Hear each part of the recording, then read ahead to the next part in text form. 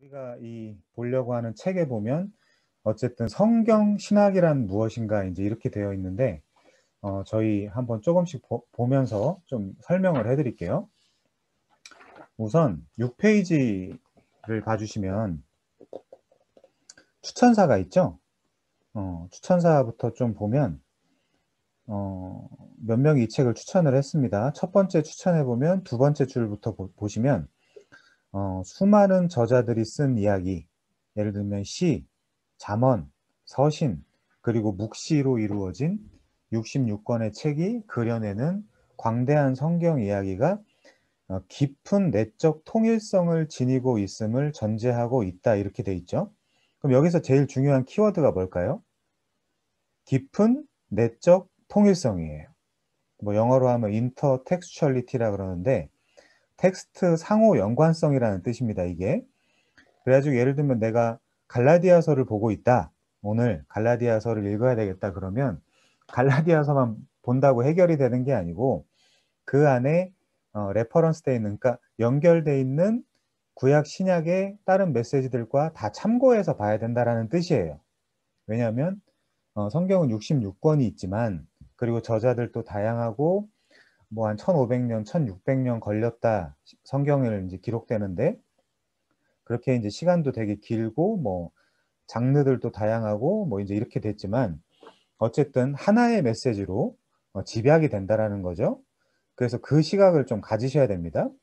어떻게 이 내가 지금 보고 있는 그 텍스트를 하나의 메시지로 읽어낼 수 있을까? 요 문제를 계속 생각을 하셔야 돼요. 그리고 다음번에 보면 성경의 통일성은 하나님의 영감으로부터 나온 것이며, 여기서도 이제 통일성이라는 단어가 나오죠. 다시 강조하지만 66권의 성경 메시지가 통일성을 갖고 있다라는 거예요. 성경의 통일성은 하나님의 영감으로부터 나온 것이며 이 성경 이야기야말로 온 세상에 대한 참된 이야기인 것이다. 이렇게 돼 있습니다. 자, 이제 그럼 두 번째 추천사를 볼까요? 두 번째, 앤드류 피터슨이 쓴 신학이란 단어에는 여러 의미와 느낌이 담겨 있다. 이렇게 돼 있네요. 여기는 신학을 하신 분들도 은근히 많아서 좀 그렇지만 신학이라는 걸 생각해 보신 적이 있으세요? 신학? 이제 제가 한번 앞에다 써보겠습니다.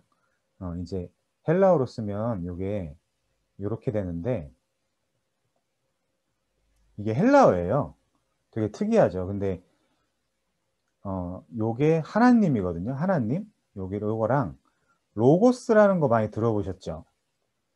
하나님이랑 로고스는 말씀이라는 뜻이거든요. 요거 합성어예요, 이게 신학이.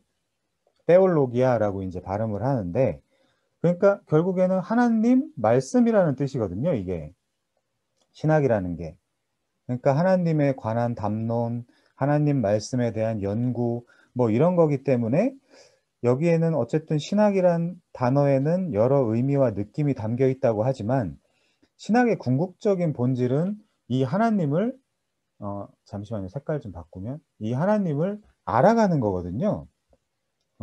근데 그 하나님을 알아가는 원천이 뭘까요? 그게 성경이라는 거죠. 성경밖에 없다라는 거죠.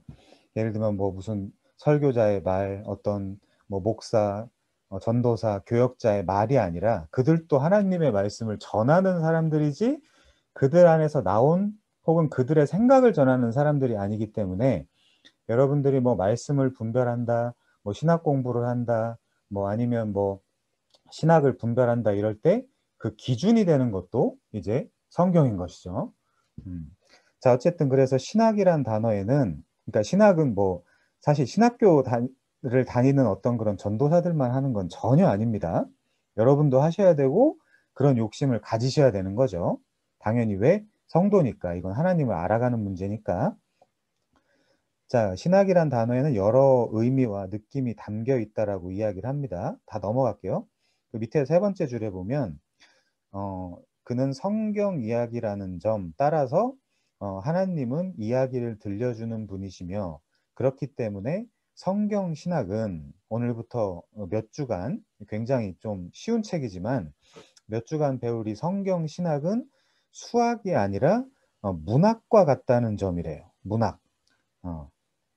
그러니까 이게 또 그림 언어로도 설명을 할 수 있습니다. 왜냐하면 구약 같은 경우는 문학이기도 하지만 굉장히 그림으로 많이 설명을 하고 있기 때문에, 그래서 이제 문학이라는 거 할 때 이어령 선생님 같은 경우에는 문학에는 당연히 여백이 있다 이제 이렇게 이야기를 하거든요. 당연히 이제 문학에는 여러 가지로 해석할 수 있는 그런 여백들이 있죠. 그렇지만 아까 말씀드린 대로 깊은 내적 통일성을 가지고 있기 때문에 그 문학 혹은 그림 언어도 그 내적인 통일성 안에서 일관되게 해석을 해야 된다라는 뜻입니다.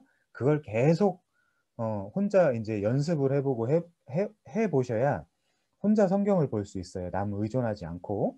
우리 그래서 궁극적인 목적은 남을 의존하지 않는 신앙입니다.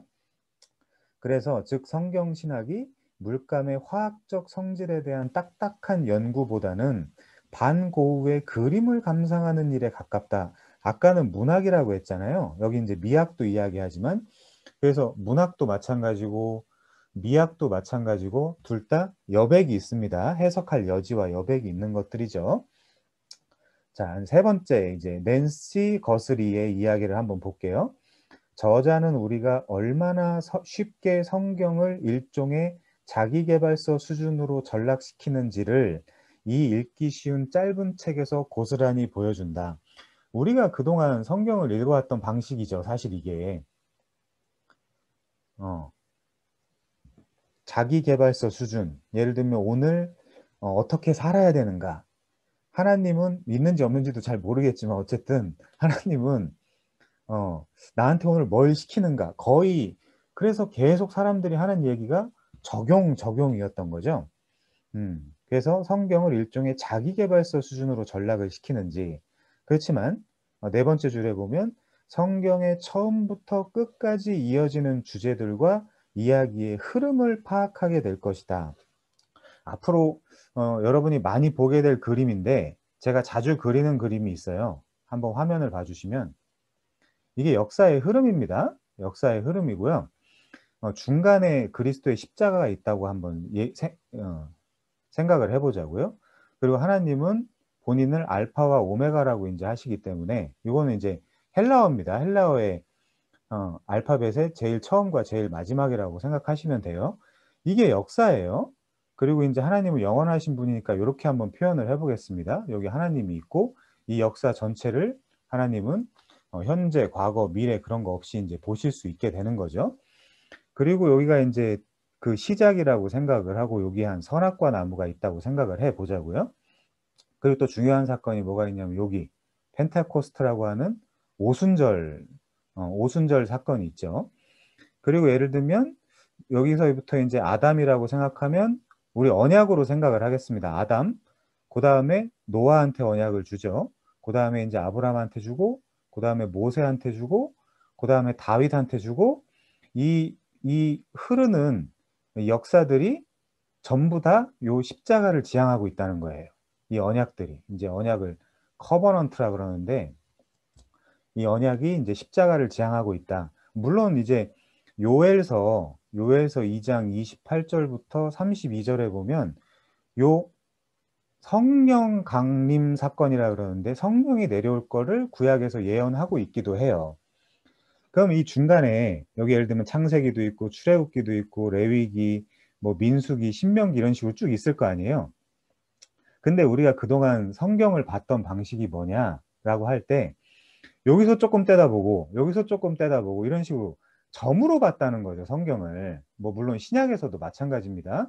여기가 이제 BC 예수님 오시기 전이고 AD 예수님 오신 후의 역사인데 여기가, 그러니까 신약을 보든 구약을 보든 이 맥락과 흐름을 다 무시한 채 그냥 점으로 성경에서 본 거예요. 내가 좋아하는 성구들, 뭐 오늘 들은 설교 말씀 이런 식으로. 그렇지만 그렇게 보면 안 되고 지금 이 저자가 강조하고 주장하는 거는 뭐냐면 이 일관된 선이 있다.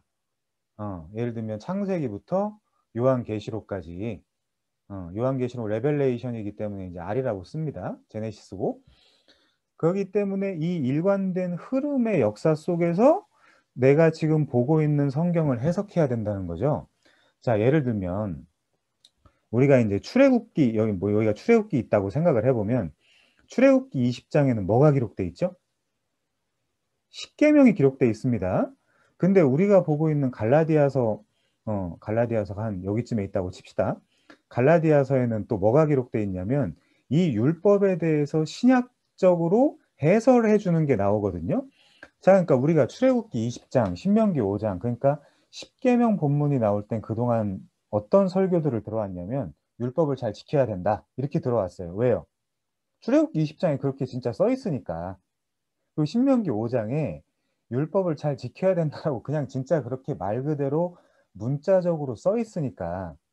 근데 이렇게 역사적 흐름을 타고 올 때 갈라디아서는 이 출애굽기 20 장의 거를 끌고 와서 그 율법의 저주, 그 율법을 지켜야만 했던 그 구약적 저주에서 우리를 속량하셨다고 그래요. 그러면 자, 이 예수 그리스도라는 십자가 혹은 오순절 사건의 이 빛에서 이 과거의 사건들을 해석해야 된다는 뜻이에요. 그러지 않으면 이 지금 낸시 거스리가 뭐 이 사람이 그 얘기를 하는 건 아니겠지만 어쨌거나 안 그렇고 그냥 성경을 보면 자기계발서 수준으로 성경을 보는 거거든요. 음. 그러니까 제가 계속 반복해서 할 이야기는 뭐냐? 여기 인제 밑에서 세 번째 줄에 나와 있는 것처럼 성경의 처음부터 제네시스부터 레벨레이션 성경의 끝까지 이어지는 주제들과 이야기의 흐름을 파악하게 될 것이다. 그쵸? 왜?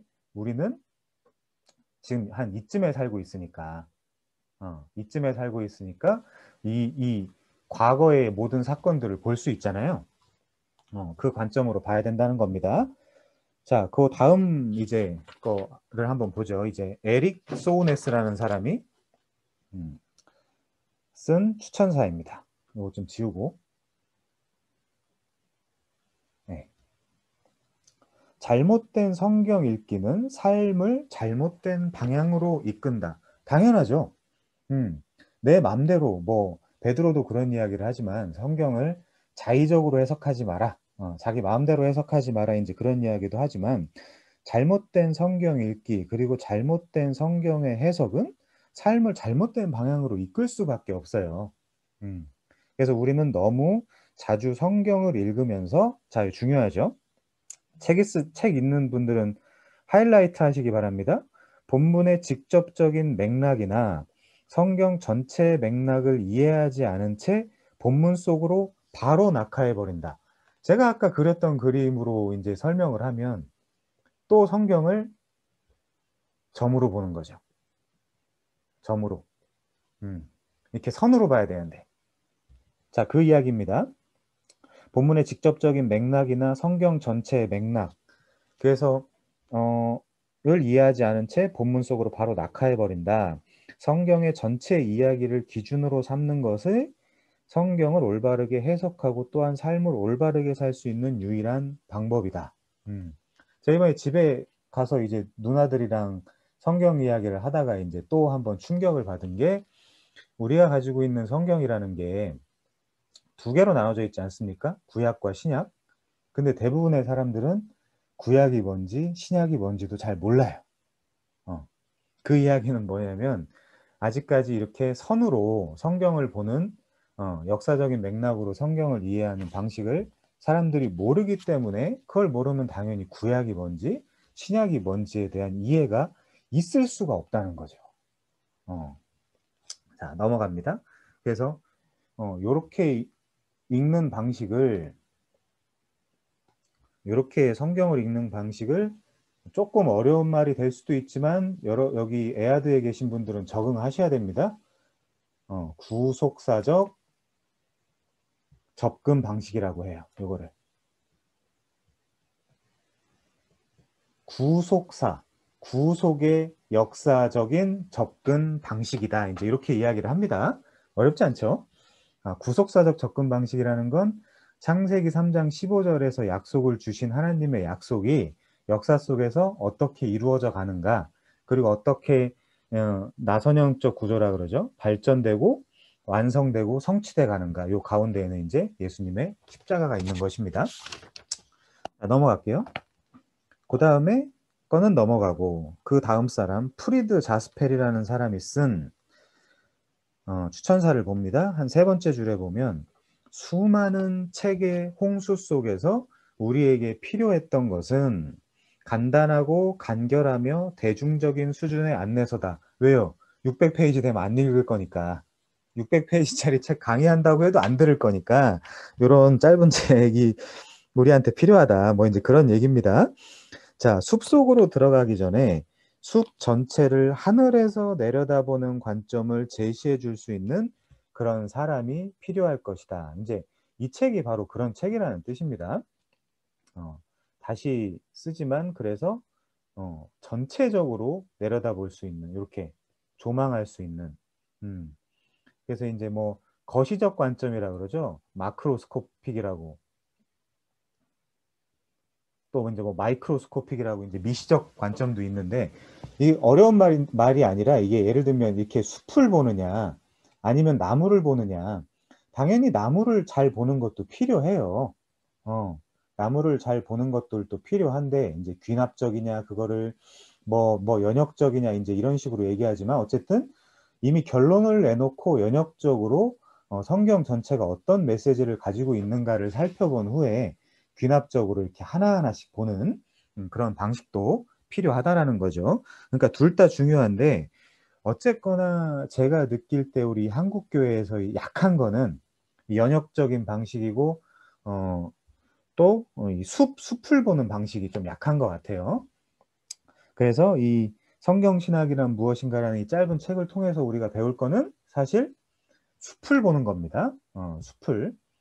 숲 보고 나서는 그 다음에는 당연히 그 안에 깊게 들어가서 귀납적으로 개별 나무 하나하나씩 또 볼 수 있겠죠. 이 나무가 무슨 종인지 뭐 이제 이런 연구들도 할 수 있습니다. 자, 이제 넘어갈게요. 롭 리스터. 이 사람은 나는 제임스 해밀턴이 이 작은 책 속에 담은 모든 내용들이 너무너무 놀랍다. 성경신학이란 무엇인가는 수년간의 학문적이고 경건한 성경 연구의 정수를 흥미롭게 담아낸 책이다. 독자들은 이 책에서 성경의 중요한 이야기에 대해 간결하고 명료하면서도 설득력 있는 안내를 받게 될 것이다. 지금 보고 있는 사람 중에 저보고 설교를 5분 안에 좀 끝내줄 수 없냐라고 이제 맨날 하는 사람이 있거든요. 그렇게 말하는 사람이. 이제 이런 책이 바로 그런 책이라는 뜻입니다. 자, 이제 마지막으로 C.J. 매언이라는 사람이 쓴 걸 한번 보죠. 두 번째 줄. 성경신학이란 무엇인가는 성경 안에 여러 책들이, 아까 얘기했죠. 성경 안에는 66권의 책이 있다고. 구약 39권, 신약 27권 해가지고 뭐 이걸 3927 이렇게 외우는 사람들도 있죠. 어쨌든 66권의 책이 있는데, 그 66권의 책이 전부 다 예수 그리스도에 대한 하나의 이야기다라는 거죠. 그러니까 아까 또 했지만 이 예수 그리스도라는 그 십자가 안에서 이 전체 성경의 역사가 어떤 걸 가질 수 있다고요? 통일성, 또 일관성. 통일성과 일관성을 가질 수 있습니다.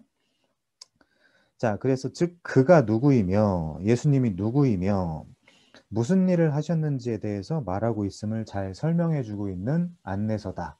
그래서 예수님의 신학적으로 이야기하면 인격과 요거를 사역이라고 합니다. 자, 그 정도요. 그래서 어쨌든 우리가 이제 이 성경신학이란 무엇인가라는 거를 이야기를 할 때, 그 신학의 고전적인 사중 모델이라는 게 있어요. 신학의 고전적인 사중 모델. 이게 이제 뭐가 있냐면, 첫 번째가 조직신학이라는 게 있어요. 들어보셨어요? 조직신학이라는 거?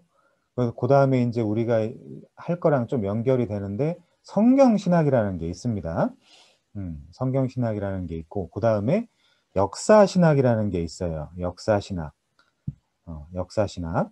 그 마지막으로 실천신학이라는 게 있습니다. 자, 그냥 쉽게 한번 생각해 봅시다. 한국교회에서 뭐가 제일 강할까요? 당연히 실천신학이 강하죠.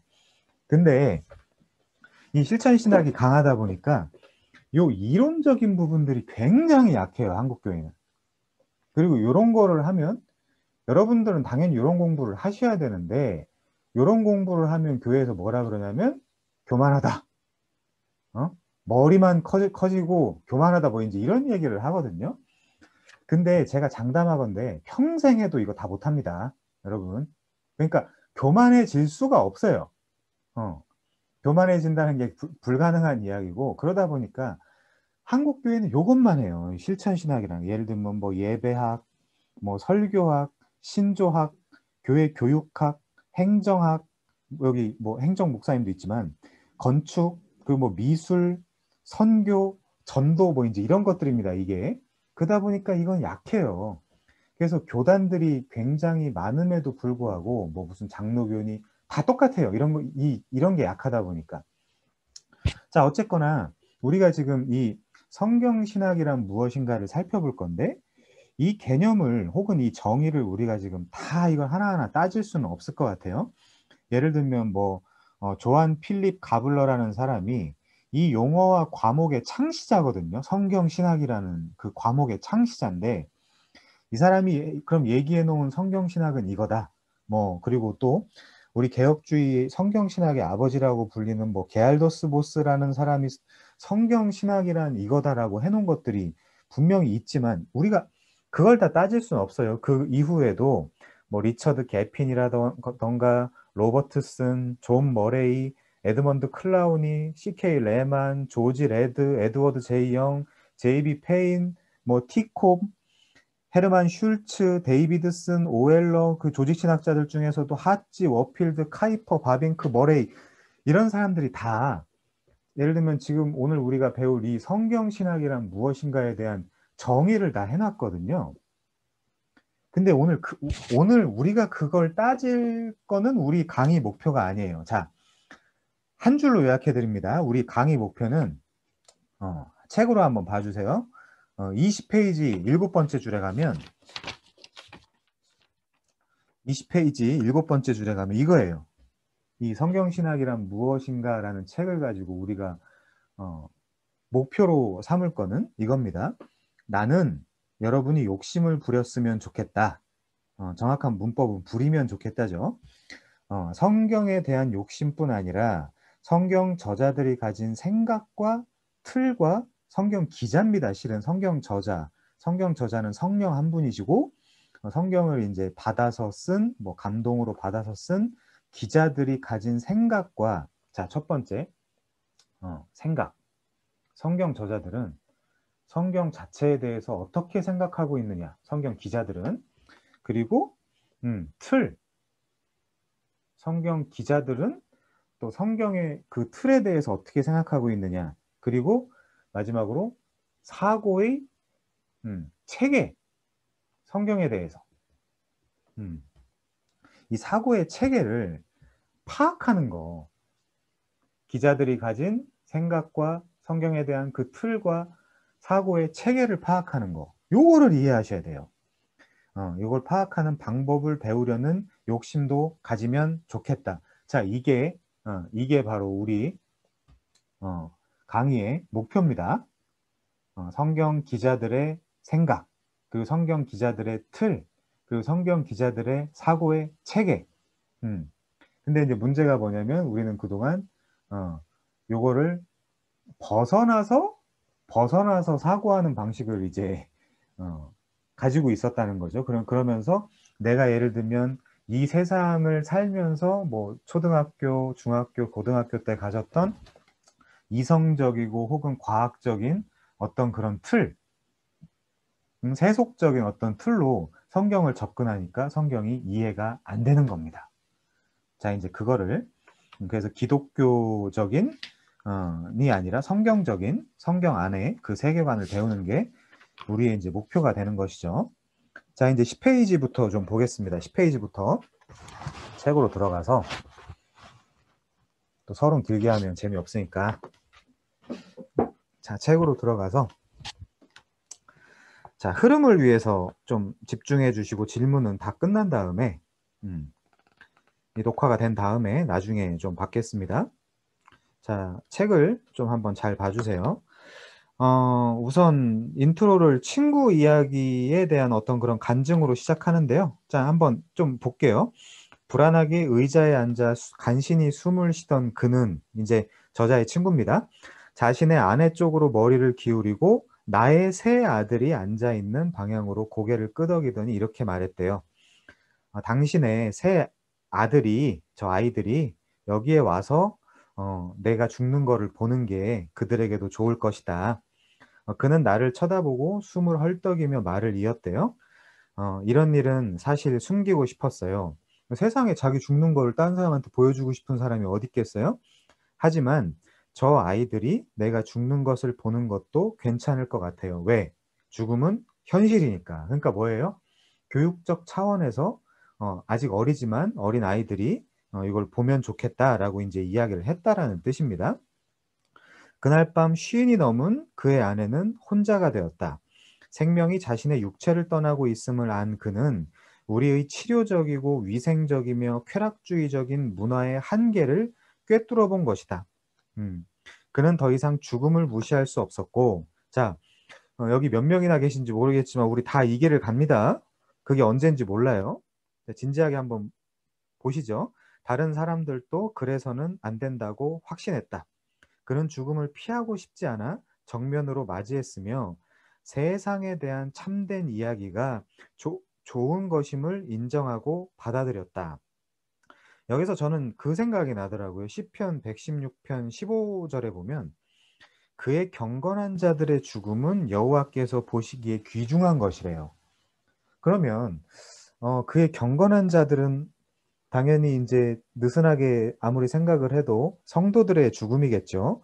성도들의 죽음은 여호와께서 보시기에 귀중한 것이다라고 이제 시편 116편 15절에 써 있는데 그럼 우리의 죽음도 우리가 성도니까 우리의 죽음도 그가 보시기에 당연히 귀중한 것이 되어야 되겠죠.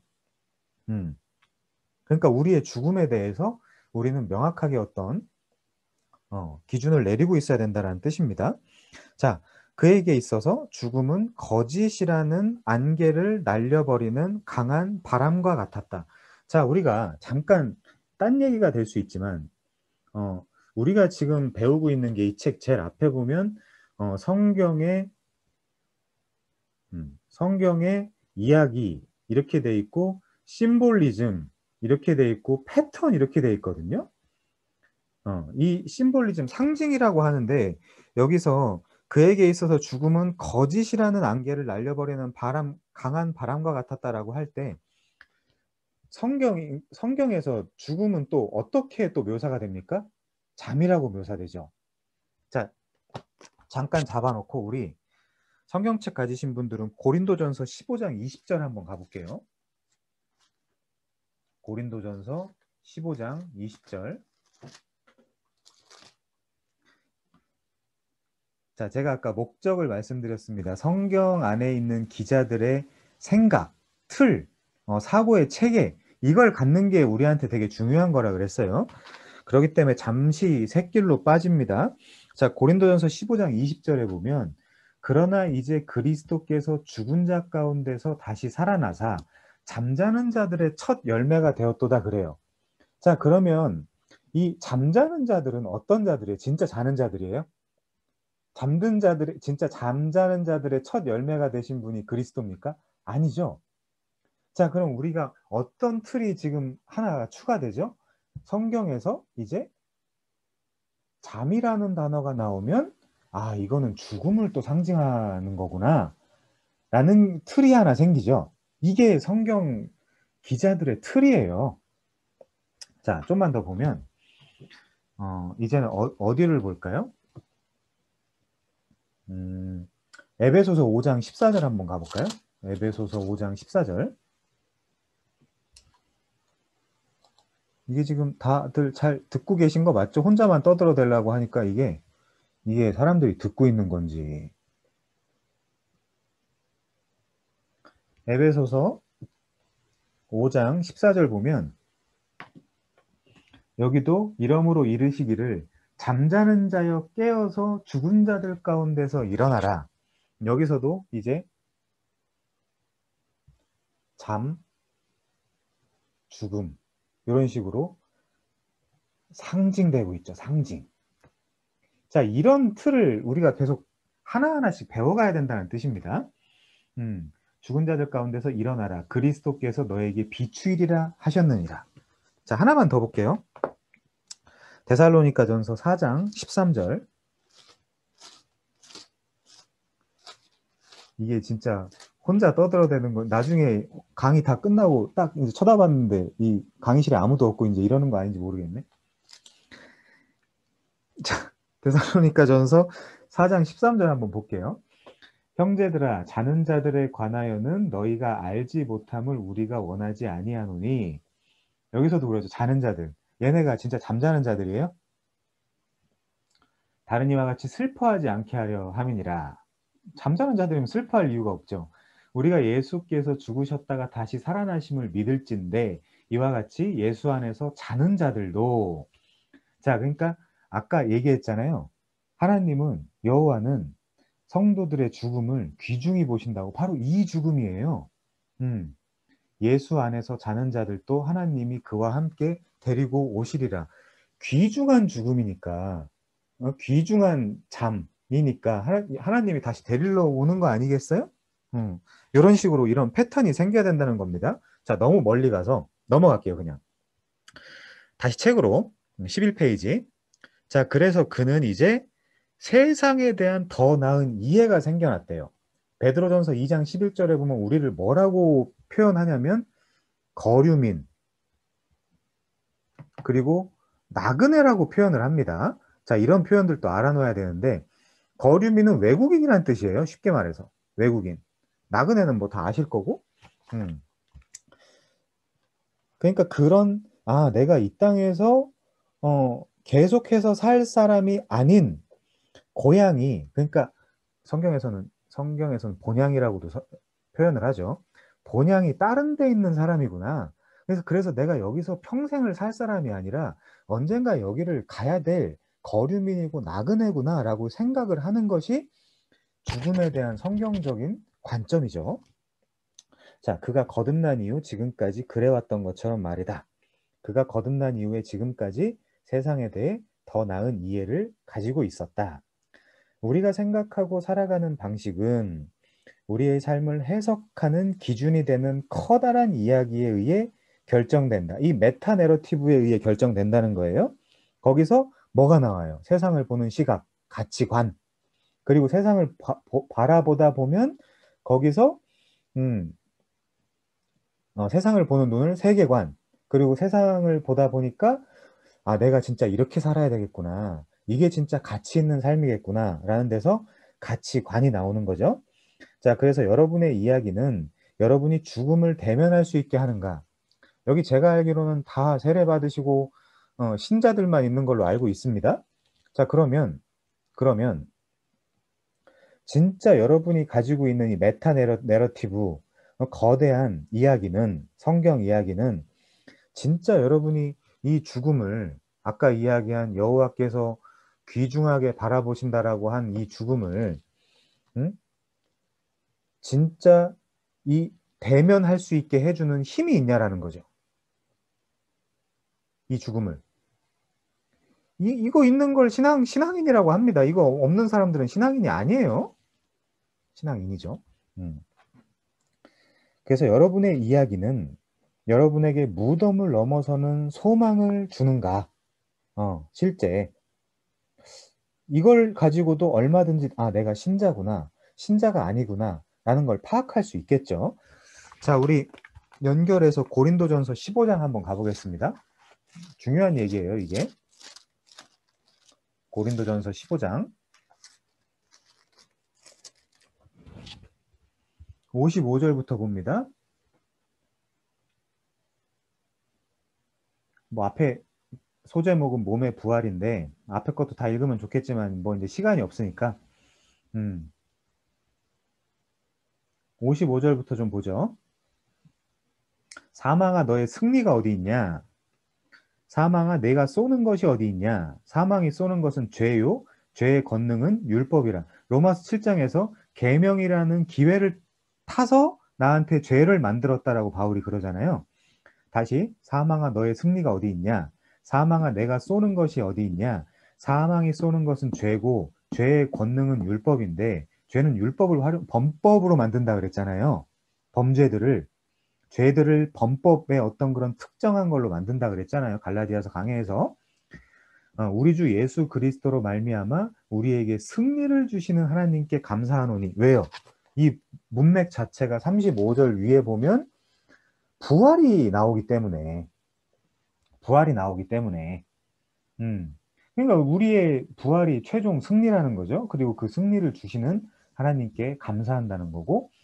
자, 그러므로 거류민과 나그네들아 어떻게 살아야 되냐? 58절 내 형제들아 견실하며 흔들리지 말고 항상 주의 일에 더욱 힘쓰는 자들이 되라.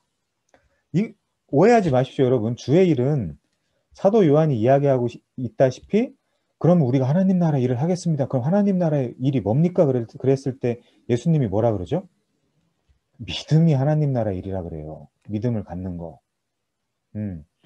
물론 교회나 뭐 여러 가지 다른 성도들에게 착한 일도 하고 선한 일도 당연히 해야죠.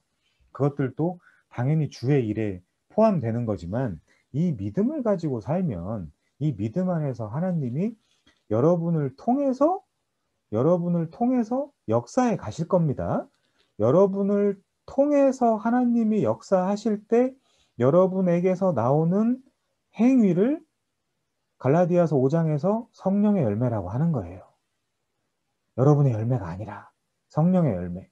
그리고 이 성령의 열매가 여러분에게 맺혀야 이거를 야고보서에서 행함이 있는 믿음이라고 하는 겁니다. 행함이 있는 믿음. 그러니까 사실상 이거는 하나님이 하시는 일이지 이미 타락해서 천국조차도 자기 힘으로 갈 수 없는 사람들 보고 이 그러니까 이 행함이라는 걸 하라는 게 아니에요.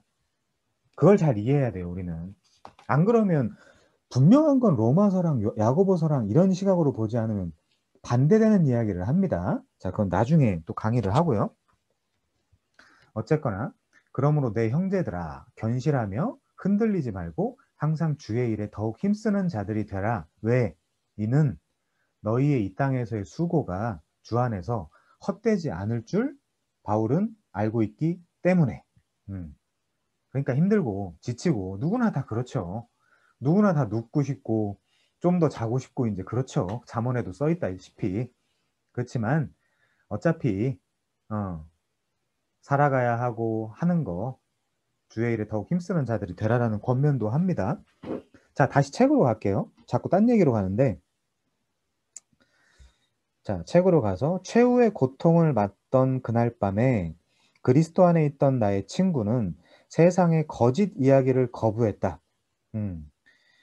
자신의 마지막 순간의 거짓 이야기, 지금 두 이야기가 있습니다. 10페이지 밑에도 두 번째 줄에 보면 세상의 참된 이야기가 있고요. 지금 우리가 읽고 있는 세상의 거짓 이야기가 있어요. 메타내러티브. 그러니까 뭘 선택할 것이냐. 우리가 선택하는 건 아니지만 어쨌든 결과적으로 마지막에 나타나는 열매는 선택을 하는 것이니까 나의 친구는 세상의 이야기를 거부했다. 자신의 마지막 순간이 거짓 이야기에 의해 지배받게 놔두지 않기로 결정한 것이었다. 그런 죽음이라는 현실 자체를 부인하게 만들거나 혹은 반대로 죽음 너머의 현실에 대해 두렵게 만드는 거짓 이야기들을 떨쳐버린 것이다. 요한이 그럽니다. 두려움을 가진 자는 천국 못 간다고. 그러니까 그 두려움에 대한 것들도 없어야 되죠. 천국에 있어서. 두려움이라는 게 왜 생기냐면 두려움, 특히 천국 갈 때 두려움이 왜 생기냐면 나를 근거로 하면 두려움이 생길 수밖에 없어요. 왜? 나는 지금 내가 예수를 믿고 있지만 지금도 심판대 앞에 갈 때 자신이 없거든요. 왜? 나를 근거할 때. 그러면 이 심판대에 갈 때 당연히 두려움이 생기죠. 그럼 이 두려움이 안 생기는 방법은 성경에서 뭐라 그래요? 너 말고 그리스도의 십자가를 의지해야 심판대 앞에 갈 때 나를 보지 않고 예수님의 완전함을 볼 때 심판대 앞에 가서 두려움이 없게 되는 거죠. 자, 이분은 그런 사고를 했던 것 같아요. 자, 그래서 그랬기 때문에 그는 우리 아이들 1살, 3살, 6살, 1살, 3살, 6살이 이런 걸 보는 게 진짜 도움이 될는지 모르겠습니다만 어쨌거나 죽음과 투쟁하는 자신의 곁에 있게 한 것 같다. 직접적으로는 말하지 않았지만 그는 성경 이야기가 사실임을 아이들에게 알려주고 싶었던 것이다.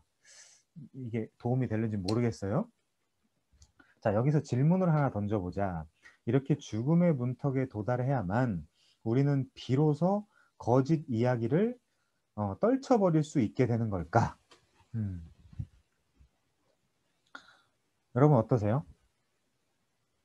죽음의 문턱에 도달해야만 우리는 비로소 거짓 이야기를 떨쳐버릴 수 있게 되는 걸까? 물론 문맥이랑 안 맞죠. 이분은 아까 거듭난 이후 지금까지 그래왔다고 그랬는데 어쨌든 우리도 거듭난 이후에 우리를 좀 돌아보면 이 죽음의 그 거짓 이야기를 떨쳐버릴 수 있는 우리한테 그런 신앙이 지금 있습니까?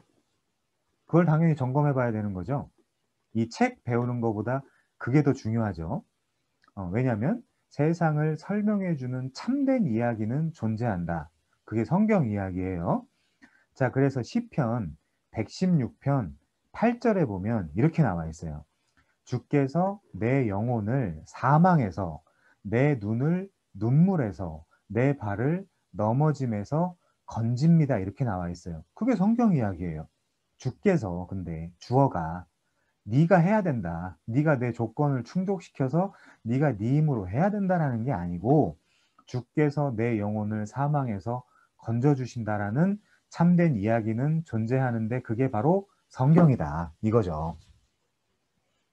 자, 다시 화면을 좀 봐주시면 그냥 이렇게 뭐야 색깔이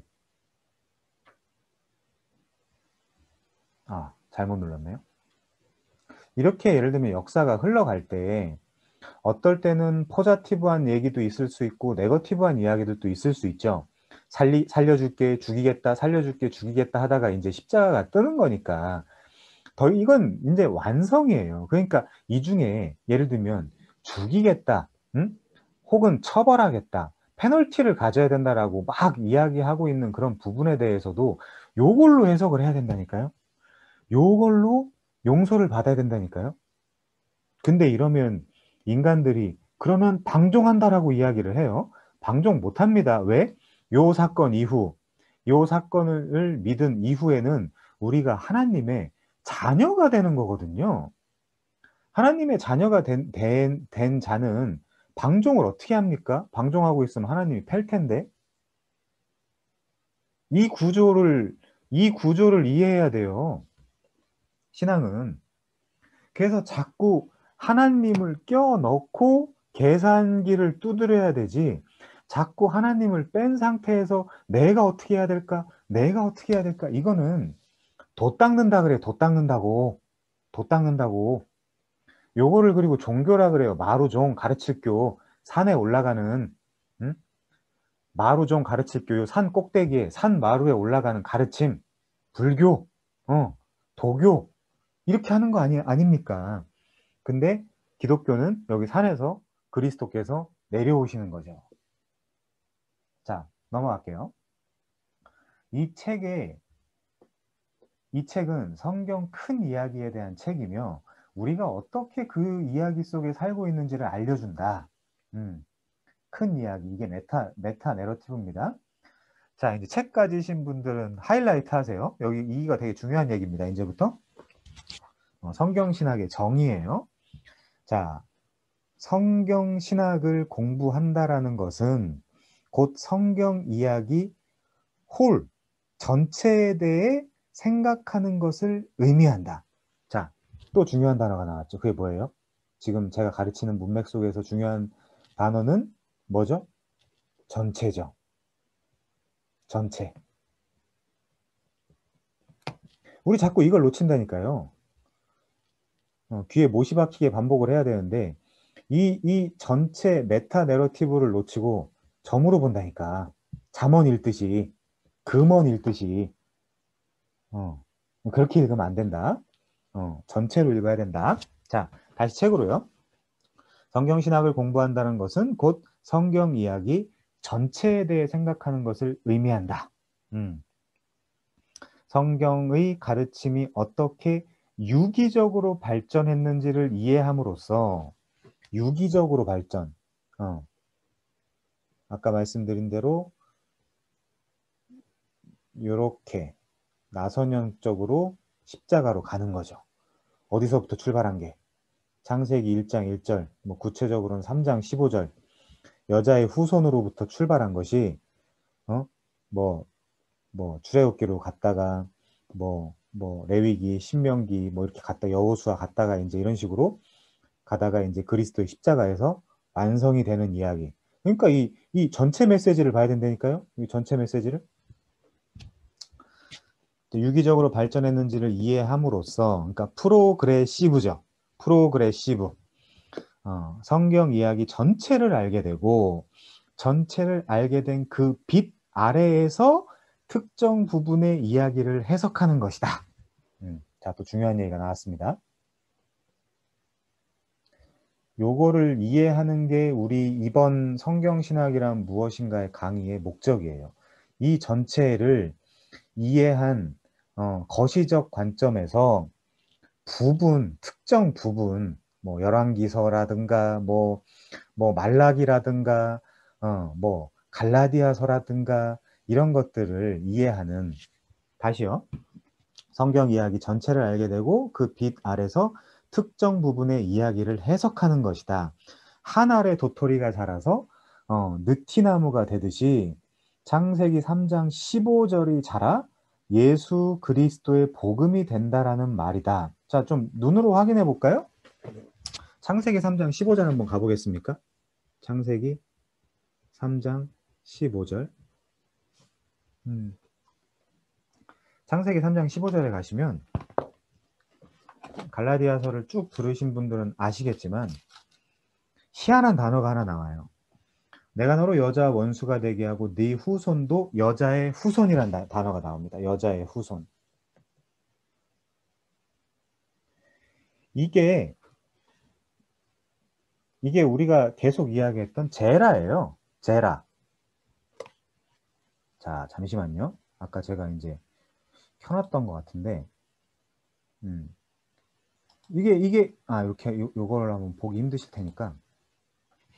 자, 창세기, 지금 화면에 나오고 있겠죠? 저 혼자 원맨쇼 하고 있는 거 아니겠죠? 창세기 3장 15절에 가면, 내가 너로 여자와 원수가 되게 하고 내 후손도 여자의 후손. 자, 후손 2233을 쳐봅시다. 그러면 제라가 나와요. 제라. 이 제라가 씨도 되고 씨 뿌리기도 되고 시드도 되고 오프스프링도 되고 자손 소산 이렇게 된다고 돼 있잖아요. 여기 나와 있네. 소잉도 되고 시드도 되고 오프스프링도 되고. 자, 근데 이제 우리 창세기 13장 한번 가볼까요? 이거는 아담과 하와에 대한 이야기고, 창세기 13장 이번에는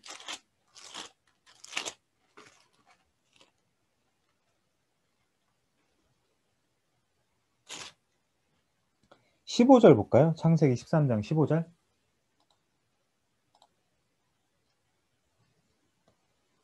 창세기 13장 15절. 여기도 2233이죠? 창세기 13장 15절도 그러니까 보이는 땅을 내가 너와 네 자손에게 주리니 영원히 이르리라. 그쵸? 여기도 근데 제라죠. 이게 헬라어로 하면 스페르마입니다. 자, 근데 이게 우선은 사무엘 하도 한번 가볼까요? 사무엘 하.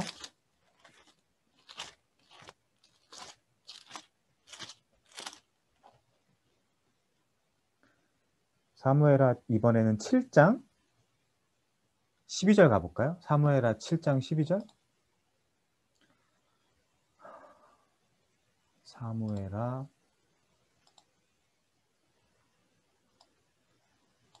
7장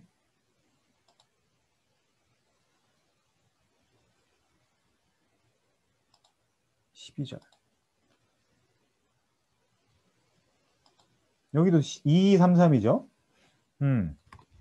자, 이거 그러면 아까 아담과 하와한테 했던 이야기고, 그 다음에 창세기 13장부터 우리 다 찾았어요. 갈라디아서 할 때.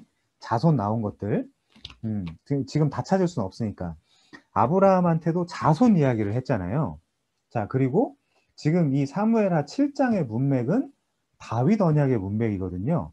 근데 여기서 7장 12절을 보면 네 수완이 차서 네 조상들과 함께 누울 때 내가 네 몸에서 네 씨를, 그러니까 네 자손이에요. 그러니까 한글 성경에 어디는 후손이라고도 써놓고 자손이라고도 써놓고 씨라고도 써놓고 막 뭐 이렇게 해놨지만 번역은 반역이에요. 그래서 일관되게 해놓으면 우리가 더 좋았을 텐데, 내 몸에서 네 씨를 네 뒤에 세워서 그의 나라를 견고하게 하리라. 이게 누구겠어요, 그러면? 자, 우리 갈라디아서 배웠었잖아요. 갈라디아서 3장 16절 가봅니다. 갈라디아서 3장 16절.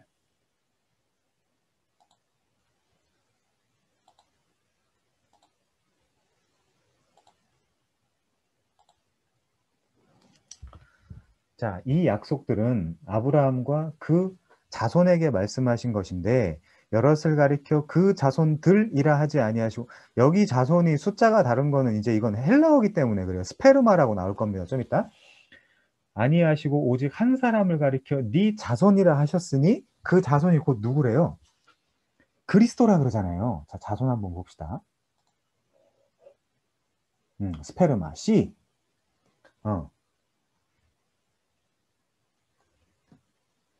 자, 그러니까 제가 하고 싶은 이야기가 제가 하고 싶은 이야기가 뭐냐면, 이렇게 예를 들면 창세기 3장 15절에서 시작된 이 후손에 대한 언약이, 후손에 대한 약속이, 자, 중간에 여기저기 굉장히 많지만 제가 지금 이해하기 쉽게 큰 틀에서만 설명을 하는 겁니다.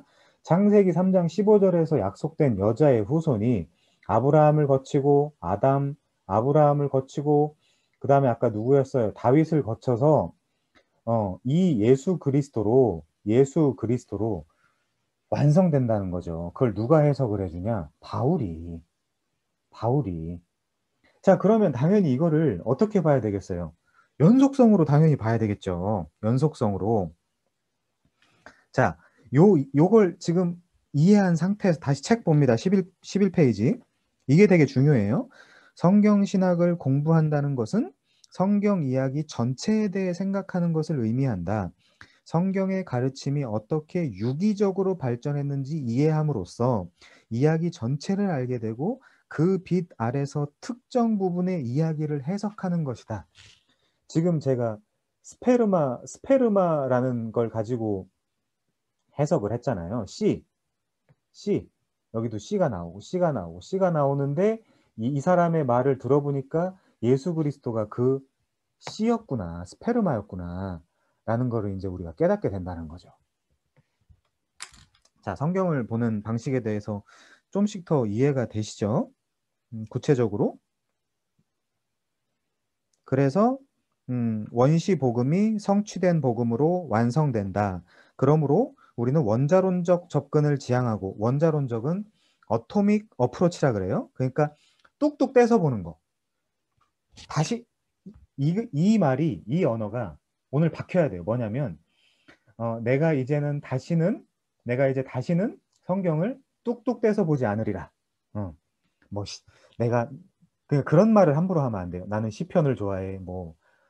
나는 말라기를 좋아해. 이런 말을 함부로 하면 안 돼. 왜? 다 똑같은 얘기거든요. 실은 이게 다 똑같은 이야기. 성경 전체가.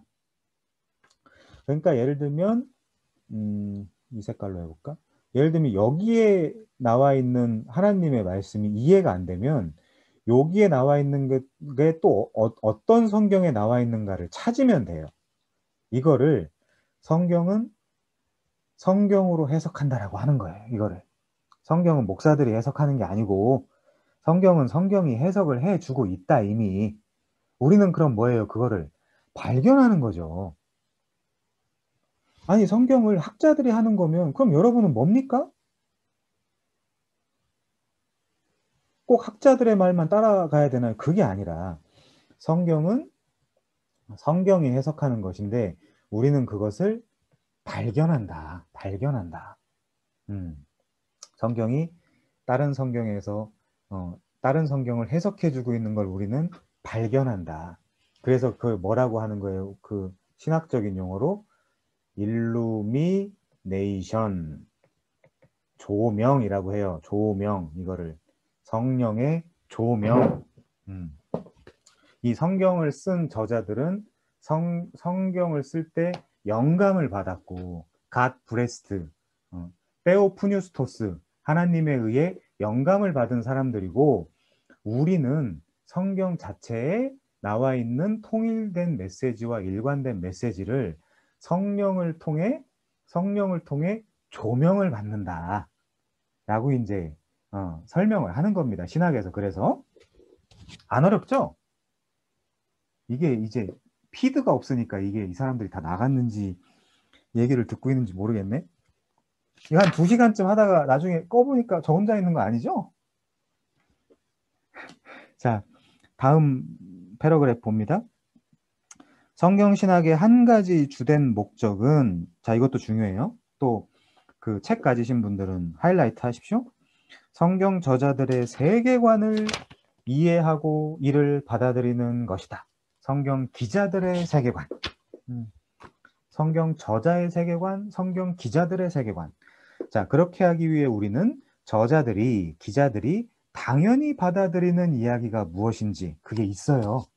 그들이 당연하게 받아들이는 어떤 것들이 있단 말이에요. 그리고 그들이 이야기 속의 사건들을 도대체 어떻게 연결을 짓는지, 아까 그랬잖아요. 레퍼런스라고. 여기 걸 모르면 다른 데 찾아가 보면 알게 된다니까요. 그래서 학자들의 전유물이 아니에요, 성경은.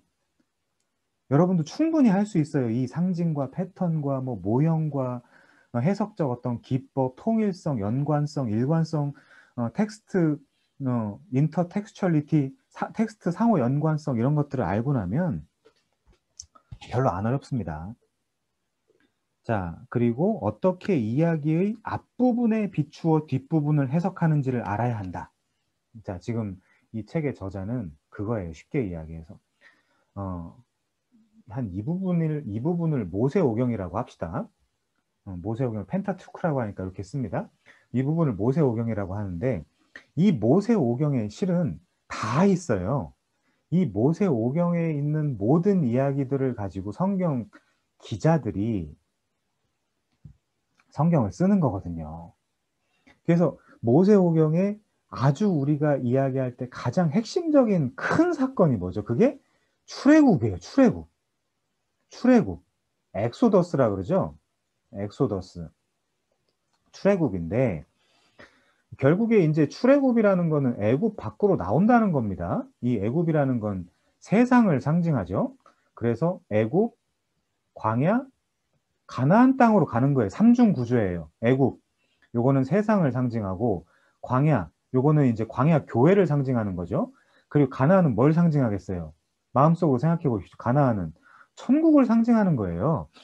요게 이미 출애굽기에 아주 명확한 그림들로 나왔단 말입니다. 자, 그래서 이 출애굽의 언어들과 그림들을 그 이후에 모든 성경 기자들이 어디까지요? 요한계시록까지 이 출애굽 의 언어를 사용합니다. 이거를 신학에서는 그래서 새 출애굽이라고 하는 거예요. 새 출애굽. 예수님 당시에도 이 출애굽에 대한 이야기들이 많습니다. 공관복음, 그러니까 그 사복음서에도. 그러면 자, 색깔을 좀 달리 해야 되겠네.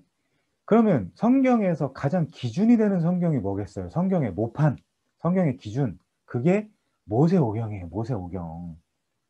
근데 우리가 언제 모세오경을 배웠냐고. 그래서 모세오경을 배워야 된다니까요.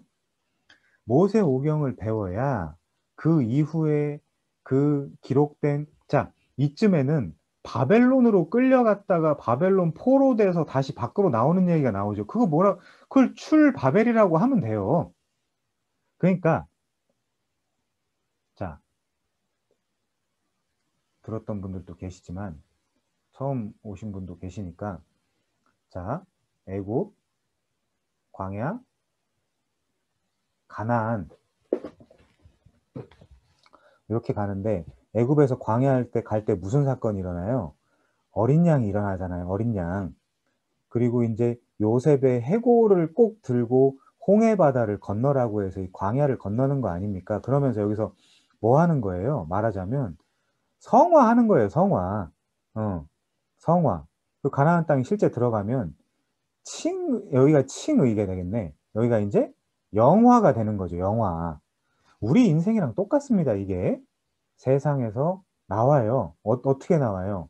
그때 그리스도의 십자가로 나오죠. 그러니까 이 어린 양은 뭘 상징하겠어요? 그리스도의 십자가를 상징하죠. 그리고 이 십자가가 이 어린 양 사건을 성취해주고 그게 고린도전서 5장에 나옵니다. 그 이야기가 세상에서 나와서 그 광야 교회 생활을 해요. 스데반이 이야기하는 것처럼 여기서 뭐 하는 거예요? 성화되는 거예요. 말하자면 이 성화의 개념을 딴 사람들이랑 좀 다르게 쓰긴 하지만 그래서 세상에서 나와서 광야 교회를 거쳐 가지고 마지막에 천국 하나님 나라로 어딜 가고 오고 이거를 떠나서 우선 내가 천국으로 완성된다. 완성된다. 이 그림들을 알아야 되는 거죠. 자, 그래서 다시 책으로 가면 성경 이야기에는 흐름이 있어요. 이 흐름은 창조에서 시작해서 이제껏 있어 왔고 또 앞으로 있을 모든 사물과 사건들이 펼쳐지다가 마침내 만물의 마지막에 도달한다. 자, 이것도 우린 지금 패턴과 상징 이런 걸 배우니까 이것도 우리가 눈으로 봐야 돼요. 눈으로 보면 자, 우선 여러분 창세기 1장 1절을 좀 보십시오. 그 다음에 이사야 65장 몇 절이었던가? 7절이었나? 그리고 계시록 21장 1절을 좀 봅시다. 자, 저도 좀 성경을 좀 봐가면서 이야기할게요. 자, 창세기 1장 1절 이거 그 교인이라면 누구나 다 아는 얘기죠. 태초에 하나님이 천지를 창조하시니라.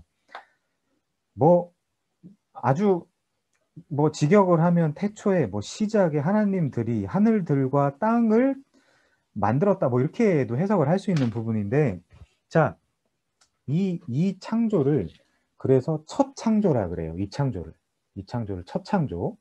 왜 그러냐면 자, 이제 이사야 65장 7절 가봅니다. 자꾸 원맨쇼 하는 기분이 들어가지고 이사야 65장 7절 한번 녹화해보면 알겠죠. 이사야 65장 17절이네요. 소제목은 새하늘과 새 땅 창조예요. 자, 17절 보라 내가 새하늘과 새 땅을 창조하나니 이전 것은 기억되거나 마음에 생각하지 아니할 것이라. 자, 여기서는 뭘 지금 이야기합니까? 새 창조를 이야기하죠. 그렇다는 거는 이걸 부셔버릴 거라는 거죠. 낡아지고 쇠하여져 가는 거예요, 이거는. 이 창세기 1장 1절에 나오는 창조는 이 창조에 대한 것도 물론 여러분이 너무나 많은 오해를 하고 있어갖고 이걸 다 또 뒤집어야 되는데 이게 사실 뭐 세상 창조를 통해서 인간 창조하는 그 이야기를 설명하고 있는 것들인데 어쨌든 그건 나중에 이야기하고요. 자, 보라 내가 새하늘과 새 땅을 창조하나니 이전 것은 기억되거나 마음에 생각나지 아니할 것이라. 여기서 이제 신천지 이단이 나옵니다. 걔네들은 물론 말도 안 되는 소리들을 해요. 너희는 내가 창조하는 것으로 말미암아 영원히 기뻐하며 즐거워할지니라. 보라 내가 예루살렘을 즐거운 성으로 창조하며. 자, 거기 예루살렘의 동그라미. 좀 이따 우리가 예루살렘을 볼 거예요. 그 백성을 기쁨으로 삼고 내가 예루살렘을 즐거워하며 나의 백성을 기뻐하리니 우는 소리와 부르짖는 소리가 그 가운데서 다시는 들리지 아니할 것이며. 어디 용어죠 이게? 요한계시록 용어잖아요. 우는 소리와 부르짖는 소리가 그 가운데서 다시는 들리지 아니할 것이며 거기는 날수가 많지 못하여 죽는 어린이와 수완이 차지 못한 노인이 다시는 없을 것이라. 곧 100세에 죽는 자를 젊은이라 하겠고 100세에도 안 죽습니다. 과장법이에요. 백세가 못되어 죽는 자는 저주받는 자이리라. 이 백이라는 거는 완전수를 상징하는 거니까. 자, 그럼 이제 우리가 논리적으로 어딜 봐야 되겠어요? 요한계시록을 보면 되겠죠. 요한계시록 21장 1절. 이런 논리들을 신천지나 이런 것들한테 다 뺏겨가지고 성경도 못 가르치고 평생 요한계시록 한 번도 배워본 적도 없고, 그게 우리 현실이에요. 한심한 일이죠. 자, 요한계시록 21장 1절. 또 내가 새 하늘과 새 땅을 보니 처음 하늘과 처음 땅이 없어졌대요. 그쵸? 처음 하늘과 처음 땅이 뭐예요? 이거예요. 자, 그러면 전지전능하다는 하나님이 이거 없어질 줄 알고 역사를 진행해 가셨을까요? 아니면 몰랐을까요? 당연히 다 알죠. 옴니사이언스, 옴니포텐스, 옴니프리센스. 전지전능 편재의 하나님인데 그걸 창세전에 계획했다는 거 아닙니까? 자, 넘어가고 요한계시록 21장. 그러니까 새 하늘과 새 땅을 보니까 처음 하늘과 처음 땅이 없어졌대요. 이사야가 예언했던 새 하늘과 새 땅이 성취가 되는 거죠. 바다도 다시 있지 않더라. 바다라는 건 죄와 저주, 심판을 상징합니다. 성경에서. 우리가 지금 상징주의를 배우고 있기 때문에 이걸 나중에 또 다룰 거예요. 바다에 대한 이야기들도. 자, 아까 제가 예루살렘 동그라미 치라 그랬죠. 예루살렘을 기뻐하신다고 하나님이. 또 내가 봄에 거룩한 성 새 예루살렘이 하나님께로부터 하늘에서 내려오니 그 준비한 것이 신부가 남편을 위하여 단장한 것 같더라. 그러니까 예루살렘이 결국에 뭐예요? 성도죠, 성도. 성이 아니라. 그래서 예를 들면 뭐 지금도 천국 갔다 왔다는 이상한 사람들 있죠. 천국에 갔더니 뭐라 그래요? 다 보석들로 이루어져 있고 화장실도 보석, 뭐 이런 말도 안 되는 소리들도 하잖아요. 계시록을 몰라서 그래요. 그냥 보석은 뭐냐면 이 성도들을 나타내는 그냥 표현법이에요. 그냥 보석은. 자, 그럼 나중에 또 배울 텐데. 자, 어쨌거나 거룩한 성 새 예루살렘을 보니까 그게 하나님으로부터 하늘에서 내려오는데 그 준비된 것이 신부가 남편을 위해 단장한 것 같다. 성경에서 그럼 신부, 여자는 누구를 상징합니까? 여자?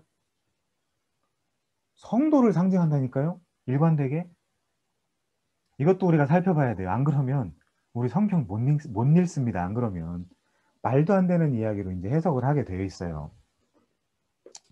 자, 내가 들으니 보좌에서 큰 음성이 나서 이르되 보라 하나님의 장막이 사람들과 함께 있음에 하나님이 그들과 함께 계시리니 그들은 하나님의 백성이 되고 하나님은 친히 그들과 함께 계셔서. 자, 아까 이사야 65장의 언어, 모든 눈물을 그 눈에서 닦아주시니 다시는 사망이 없고 애통하는 것이나 곡하는 것이나 아픈 것이 다시 있지 아니하리니 이 아까 얘기했던 그 처음 것들이 다 지나갔대요. 그래서 6절에 보니까 또 내게 말씀하시되 이루었도다. 나는 알파와 오메가요. 처음과 나중이요. 내가 생명수 샘물을 목마른 자에게 값없이 주리니. 예수님도 샘물 준다 그러죠? 사마리아 여자 이런 사람들 만났고 샘물 준다 그러잖아요.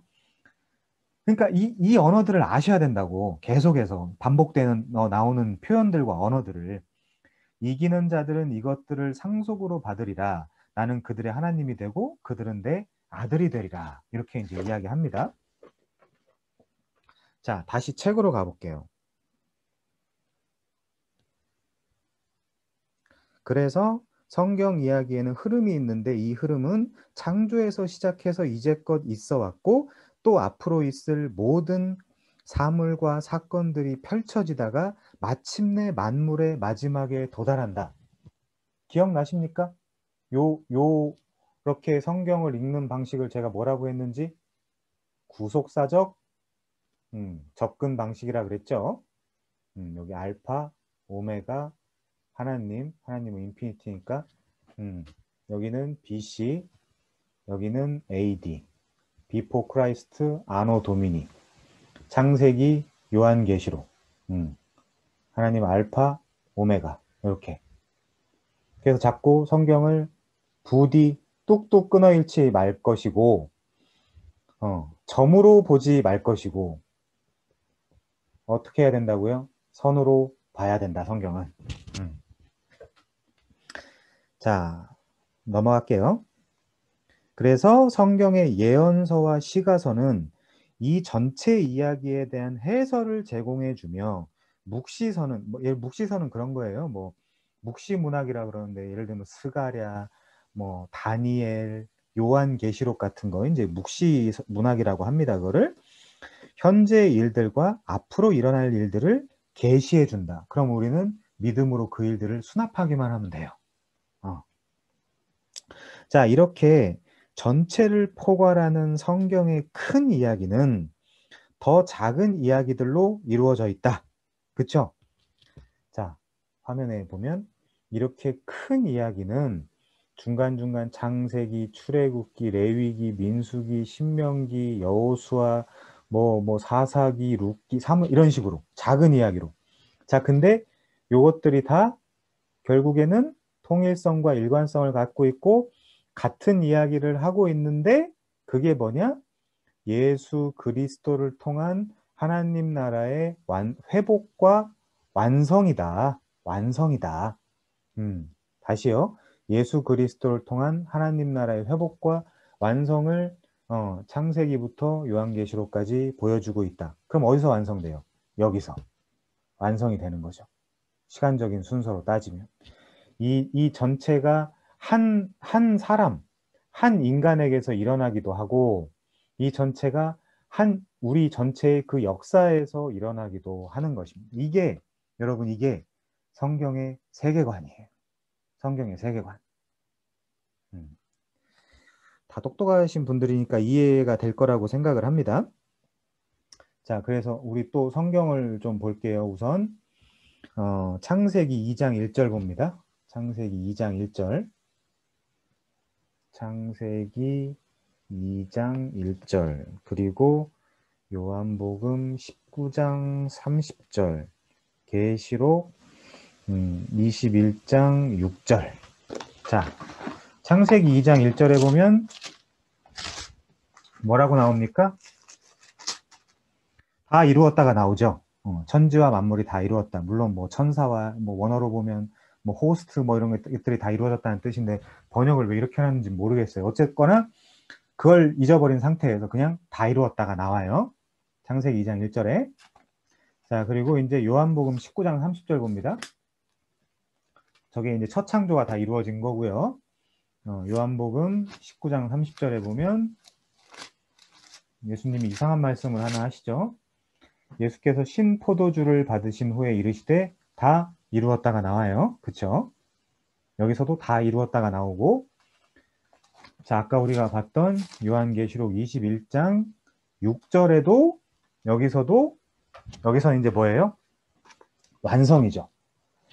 자, 여기가 첫 창조, 새 창조, 창조의 완성. 첫, 새, 창조의 완성. 물론 중간에 노아의 홍수 사건에서 세상을 한번 심판하신 다음에 창조하기 때문에 거기다 또 끼워 넣는 학자들도 있습니다. 자, 이건 그냥 도그마일 뿐이니까 그림으로 그냥 구조로만 그냥 크게 생각하시면 돼요. 자, 이런 프레임을 여러분들이 계속 가지셔야 되는 것이죠. 넘어갑니다. 이렇게 전체를 포괄하는 성경의 큰 이야기는 더 작은 이야기들로 이루어져 있다. 특히 구약의 이야기들은 함께 모여서 수수께끼를 만들고. 왜 수수께끼를 만들까요? 여러분이 구약 보면 무슨 생각이 들어요? 수수께끼 같은 생각이 들잖아요. 이게 도대체 무슨 얘기지? 하는 요 BC의 모든 스토리들이 수수께끼 같지 않습니까? 수수께끼? 그림 언어, 그림들로 이루어졌기 때문에. 근데 이 십자가 이후에 오순절 사건, 이 펜테코스트 사건 이후에 성령을 받은 사도들과 성도들은 이 수수께끼와 같은 구약의 사건들을 이해할 수 있다. 왜? 성령이 성경의 저자니까. 자, 구약의 이야기들은 함께 모여서 수수께끼를 만들어내고 그리스도는 그에 대한 해답이 된다. 요 분이 해답이 된다. 근데 요거는 객관적인 사건이고, 물론 객관적으로 오순절 성령 강림이 있었지만, 이 객관적인 사건들이 우리 이제 주관적으로 우리에게 뭘 해주죠? 적용을 해주는 거죠. 적용을 해주는 거죠. 어플리케이션을. 근데 그리스도가 이 모든 문제에 대한 해답이라고 요 성령이 각 사람들에게 적용을 전달을 해주시는 것이다. 그래서 여러분은 계시의 절정인 그리스도를 가리키는 실마리와 힌트를 발견했는가? 자, 제가 이런 강의들을 통해서 부탁하고 싶은 게 바로 그겁니다. 뭐 하냐 안 하냐는 여러분들 자유고 여러분의 선택에 달려 있는 거지만, 다시 말씀드리지만 이 계시의 절정인 그리스도를 가리키는 실마리와 힌트를 구약에서 발견해야 돼요. 구약에서. 왜냐하면 누가복음 24장 27절, 44절, 요한복음 5장 39절 등에서 예수님이 직접 구약은 다 나를 가리키는 내용들이다 라고 말씀을 하셨기 때문에. 넘어갑니다. 자, 성경신학이 무엇인지 좀 더 생각해 보자. 그 다음에 성경의 큰 이야기, 그 이야기를 요약하고 해석하는 상징들, 제가 상징 몇 가지만 설명을 해드렸어요. 요약하고 해석하는 상징들, 그리고 그 안에서 교회의 위치가 무엇인지 생각해 보도록 하자. 이렇게 이제 정리가 됩니다. 자, 그래서 조지 레드라는 사람이 한 얘기로 1강을 좀 마무리를 지면, 조지 레드가 이런 말을 했어요. 성경은 구속사의 관점에서만 통일성을 찾을 수 있다. 우리 강의 목표 중에 하나죠. 통일성과 일관성을 가지고 내가 지금 보고 있는 본문을 이해하기 위해서 다른 성경들에서 어떻게 레퍼런스가 되어 있는가를 살펴보는 것입니다. 자, 1강 좀 마치겠습니다. 좀 쉬었다 하죠.